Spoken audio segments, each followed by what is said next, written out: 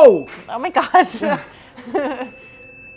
4-time with Myriad. You got Coach Jared here and Coach Marta. Awesome. And I would also say teacher Marta as well. Yeah, I don't really call myself for that in the studio. I know. But Yogi. So what we're going to be talking about today is something that many people don't know, but you just finished your 300-hour, which you add that to your 200-hour, Yes. and that becomes a 500-hour certification, right? Yeah. So yeah, I get to be a registered yoga teacher with 500 hours. Yes. Yeah. So throwing that on the top end, we're talking about yoga today, specifically Myriad Yoga, and how you've been going through the process of a 500-hour yoga teacher training for the past year? Yeah, it started, it officially started in like March of last year, Okay. But I started doing prep work and things for it kind of leading up to March. So it's been about a year that it's been ongoing. And it culminated with you turning in a case study that I had to complete on my own. And you completed it when? Well, I turned it in last night. Yeah! Is that what you're going for? You turned it in last night. That's a huge Yeah. piece. So kind of digressing a little bit, what is a 500-hour yoga teacher training program?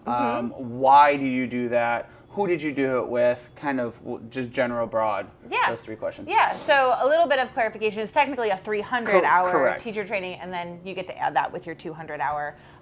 Because most yogis are 200-hour. A lot of them It's are. kind of like your level 1 in CrossFit. Yes. And then you start going up to like level 2, level 3, and that's the Exactly. next is a 300-hour. Exactly. Got it. So there's a lot of different 300-hour trainings that you can take. And there's a lot of different ways you can choose to do that. So most 200-hour yoga teacher trainings are all pretty basic. They have certain requirements they have to fulfill to be registered with Yoga Alliance. And you're learning a lot of the same stuff because it's the basics of how you teach yoga. There's certain anatomy requirements, requirements around the history and the philosophy of yoga, et cetera, et cetera. Your 300-hour is more fun because while there's still certain requirements that those trainings have to cover, they usually are more specific towards maybe a lineage that you're interested in, a style of teaching, a focus that you're interested in. So that's where it's almost like you get your bachelor's and then you get your master's. You get to be a little more specific with what you want to do. Got it. So I took my training with Jules Mitchell. Okay. She's based out of Las Vegas, and I have done some other trainings with her before, in person and online. And I really, really like her trainings because there's a lot of focus around, we learn about the biomechanics of yoga. We get a little more in depth with how the body works. And we cover a lot of topics from biomechanics in the body to pain science and how that impacts the way that you work with individuals, to the way that stretching really works in the body. So it gets a little more scientific, which is hard for me, but also interesting for me. And I think it adds more depth to how I'm able to teach yoga. I love that. And when you say like 200-hour and 300-hour, what is the hour referring to? Is that like you're putting in 300 hours of class time or teaching time? Like, is that what that refers to? It's a collection of things. So generally in your 200-hour, it's time that you're together in the group, plus extra time on your own, and then also teaching time. You have to get a certain amount of teaching time. Got it. Your 300-hour, I don't believe there's requirements for teaching time in that because you're already a teacher, presumably. I don't know why you would take it. Don't you have to have like a certain amount of hours before you can even go into a 300-hour? No. Okay. Technically, I could finish a 200-hour and take a 300-hour right away, but it's kind of like taking your level 2. Yeah. I mean, you want experience teaching before you've done that. For sure. Or else a lot of the concepts just don't resonate with you. So the 300-hour is an accumulation of work that you do with your cohort, and then also work outside of that. So we had weekends throughout the year where we got together virtually, because people are from all over the world in this particular training. How many were there? Oh gosh, total, not quite 20, but I know more than 12. Okay, so like 15-ish? I think so. Okay. Not everyone was on every call every single time. Yeah. But we would have these long weekends throughout the year. We go through lectures with Jules, but also a plethora of other guest teachers who are involved in the training. And then there's a lot of extra work we have to do on our own and like bonus content, as she calls it. So other classes that we take on our own, other videos she uploads for us and things. And it's expected that we're doing all of that. Yeah. And then there's a few projects throughout the year. Very robust. It is very robust. Yeah. Yeah. What was your like favorite part of this specific training with Jules or with the people around you? Like, what did you enjoy most about it? Oh, that's such a hard question because I really enjoyed like the whole thing. That's awesome that you loved it all, because I loved it all. I love learning, but like classroom type learning and like sitting at a computer learning like is hard for me. So. It is hard, and certain things were easier than others. Like I said, the science stuff is hard for me. So admittedly, learning about the biomechanics, we had a whole lecture on neuroscience. Those are fascinating, and also I'm just really bad at memorizing terms, and I get a lot of that stuff mixed up. Totally. So that was hard. I still liked it, but it was hard. But what I really, really enjoyed was we had a couple of different lectures around pain science and how pain works in the body, which is fascinating. Fascinating and really important for what we do here with fitness and yoga combination. And not that we're trying to put people in pain, but people get sore, people, and you know, and do people have sometimes. pain for a lot of different reasons. True. And understanding how it works in the body and like what my role as a yoga teacher is in helping people with pain is a really interesting and fascinating part of that. And it kind of helped me develop this new interest that I think I have with yoga around helping people manage pain and discomfort in their bodies. And like a little niche that you can work yourself through. I like that. So with that, that's probably answers this question, but I'm going to ask it anyways, is by taking this 300-hour, now being a 500-hour yoga certified, right, teacher? A registered yoga teacher. Registered yoga teacher. Sorry, I knew the certified wasn't the right word. Registered. Like, what is something that you're bringing to Myriad Yoga now because from taking this course? Oh my gosh, so many things. Love it. I would like to start taking more one-on-one clients as like a direct action out of this. Totally. So if you're interested in one-on-one yoga, well, a lot of people don't know one-on-one yoga is even a thing, right? They don't. And one-on-one yoga is huge. Like, you go to New York, Chicago, LA, London, you know, these big giant cities, like one-on-one yoga is common. Yeah. I think people like don't understand what it is because they go to a yoga class and it's like, it's not just me leading you through a yoga class one-on-one. That would be weird. It'd be kind of strange. Yeah. It's more like personal training where I'm choosing certain postures and exercises and drills we might do together to work on whatever specific goals an individual might have. They're usually less strength focused, like it might be in the gym, but it might be dealing with, again, managing certain areas of pain in your body or certain mobilities or limitations that you feel that you have.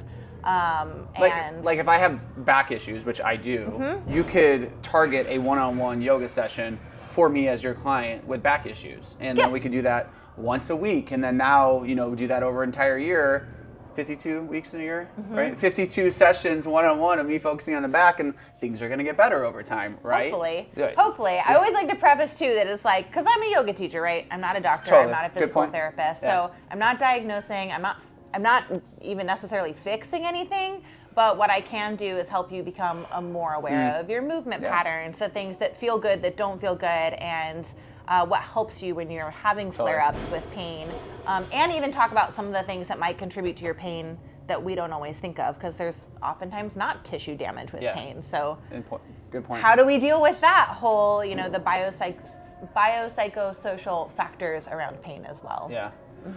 So one-on-one trainings is something that direct action you want to take from doing this. What else do you have that was like, oh my gosh, after taking this is I need to instill here at Myriad Yoga? So a lot of people don't already know this, I'm sure, but I try to do semi-regular trainings with the teachers at the studio about once every like 3 to 4 months.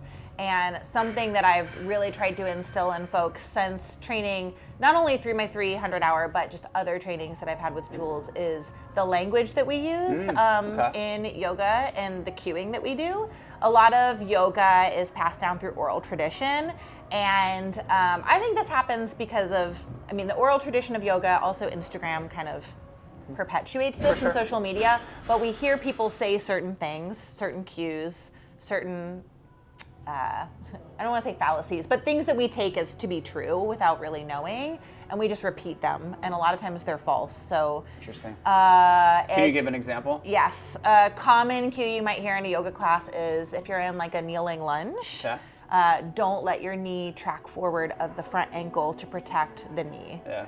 that's really common, and there's no, like, why? Yeah. Why do we say that? For sure. I mean, there's a knees over toes guys that want your knees to actually track over your toes, and there's more science behind that now. So yeah, and it's a normal range of movement. Like, if it was an unsafe movement pattern, probably our body wouldn't let us do it. So there's a lot of different things like that. So I've been trying to bring more education to my other teachers about reconsidering the language that we use in teaching, reconsidering the cues, so that we can, again, add more depth. We're not just telling people, like, put your foot here, and then breathe in the pose. Because that's a little, I don't know, it's okay, but there's not much to that. There's so much more that we can learn, and we can really change the way people, the relationships people have with their bodies by adjusting some of that language that either makes people feel safe or danger in their bodies. Yeah. Awesome. And something I want to kind of throw out there as well is, like, a big focus of ours, Myriad as a whole in 2026, is the yoga program. So this comes almost like at the perfect time, because I know you've been working very, very hard on Myriad Yoga with the teachers as well, with the scheduling, with the class names, with getting more bodies inside the classes, and working on one-on-ones, working with corporate and corporations and such, and doing bigger group events. What are other things that people can look forward to within Myriad Yoga in 2026? Good question. And beyond. Yeah, good question. So we were kind of light on events last year, but I'm hoping to bring more events and workshops and community-related things back to the studio. So one thing that I'm bringing back in March is book club, because I'd had a lot of requests for that, which is nice. It's an opportunity to get together with other folks who are interested in philosophy in general, but especially the philosophy around yoga. We read a book together. We talk about Stormlight Archives? No, probably not that one. Unless you can relate it to yoga philosophy. No, I can't. Brandon Sanderson. So book club, love it. Book club. We have brought Yoga Nidra back on a monthly basis, which people really like. So that used to only be twice a year, I think. So now we're doing that every month. It's yoga napping, by the way. It is yoga napping. What's the technical term? Deep non-sleep rest or something like that? Yeah. There's like a scientific term for that too. That is Yoga Nidra essentially. So. Yes. But I think Yoga Nidra was first, and now, like, science has come up with, like, to be like, yes, this is a thing. Exactly. Yeah. Like most things work. For sure. And then also more sound baths, because people have really liked sound baths. So we're doing another one of those in March as well. So you can come check that out. But just workshops in general. I've been talking to some of the other teachers about ideas they have for workshops. So you can look forward to more events. And hopefully just an evolution of teaching at the studio in general, as we all kind of learn and grow together. Yeah, and I can speak to that. I've you know this, and I'll share this with people watching right now. But I have a goal of taking 50 yoga classes this year, and I'm on track, which I'm super pumped about. And I've been taking your Tuesday class at noon pretty regularly, and when I'm in town, it's been absolutely fantastic. And not that I remember your previous yoga teacher style versus this, but something that I shared with you, and I know a couple other clients have shared, is, like, I used to get massive anxiety in a yoga class because I feel like I was just, like, staring at a clock, or just like, when is this over? My mind's racing. Like, I just felt, like, anxious the entire time. And the last couple yoga classes I've taken of yours, as well as another teacher of ours, like, time has flown by. And so, like, your development and has improved, or I don't even want to say improved, because I don't remember what your teaching used to be like, but, like, I've really enjoyed taking yoga as of late, and I have other goals of why I'm taking yoga because of my own injuries, but it's been absolutely awesome. So I encourage others out there, if you've been in a space where, like, you maybe used to take yoga, kind of got bored with it, or kind of got out of it, like, try to jump back into that habit, try it again, because it's awesome, and I'm really excited to kind of, like, keep pushing Myriad Yoga out there for people to get back in the studio. Yeah, so I'm excited about it. What else would you like to add about the 500 hour? Anything that I'm missing right now that I forgot to ask about? I think we covered, like, the best high level we could, kind of in a nutshell, but I love talking about it. Ooh, yeah. And I love talking about yoga and the body. So honestly, if anyone wants to talk to me about it, please do. Yeah. I guess last piece I would say, do we have any plans to host yoga teacher trainings within the different realms of things we have as well that people can kind of look forward to? I'm so glad you brought that up. So yes, in two different avenues. So We will try to get together a 200-hour teacher training for 2027 is the goal for that at some point in time. So if you're interested in teacher training, some people take it because they want to become a teacher, some people just want to learn more about yoga. Keep your eyes open for that. And then also in 2026, we should be launching an aerial teacher training. Nice. That is in the works actively, like as we speak. Nice. So Jordan and Katie will be leading that with me kind of like overseeing it to some extent, but they're really they're the aerial professionals in the studio, so they'll be the leads on that. I love it. Well, this is super cool, super exciting. I've been excited to talk about Myriad Yoga for this year and beyond. Thank you for all you do with that.